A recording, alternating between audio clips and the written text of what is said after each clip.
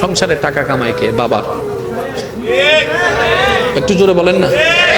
তো অনেকের তো ছোট অবস্থায় বাবা মারা গেছে, অনেকের তো ছোট অবস্থায়, আপনাদের এখানে যায়নি?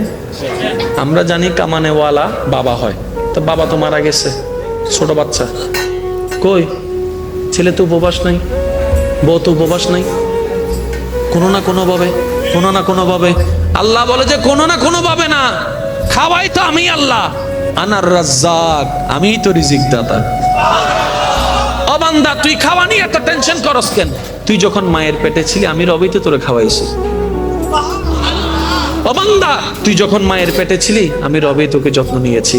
তোর চোখ আমি একসাথে দিই নাই, চোখ দিয়েছি, কান দিয়েছি, নাক দিয়েছি, ঠোঁট দিয়েছি, দাঁত দিয়েছি, আবার দিয়ে এমন করে দিই নাই, ঠোঁটটাকে যতটুক দরকার ঠোঁট অতটুক দিয়েছি, নাকটাকে যতটুক দরকার অতটুক দিয়েছি, চোখটাকে যতটুক দরকার ততটুক দিয়েছি। বান্দা, যেভাবে দুনিয়াতে আসলে তোকে দেখে সবাই কপালে মুখে চুমে দিবে আদর করে, ঠিক ওই গঠনটা আমি রব দিয়েছি।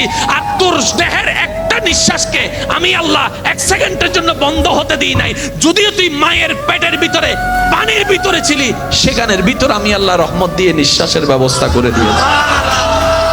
আমি রব আছি, তো তোর টেনশন কি? তোর টেনশন থাকার দরকার নেই। তুই শুধু একটা কাজ কর, দুনিয়াকে দুনিয়ার বুঝ দে, তোর মনটাকে আমাকে দিয়ে দে। দুনিয়াকে দুনিয়ার বুঝ দে, মনটাকে আমাকে দিয়ে দে। এবার বলেন, ডেলি কয় ঘন্টা? 24 ঘন্টা। 24 ঘন্টায় কয় ওয়াক্ত নামাজ? 5 ওয়াক্ত। ফজরের নামাজ কয় রাকাত? 4 রাকাত। এই 4 রাকাত পড়তে বেশি থেকে বেশি কয় মিনিট লাগবে? 10 মিনিট। আপনি যদি 5 ওয়াক্ত নামাজের হিসাব ধরেন, ধরলাম 2 ঘন্টা।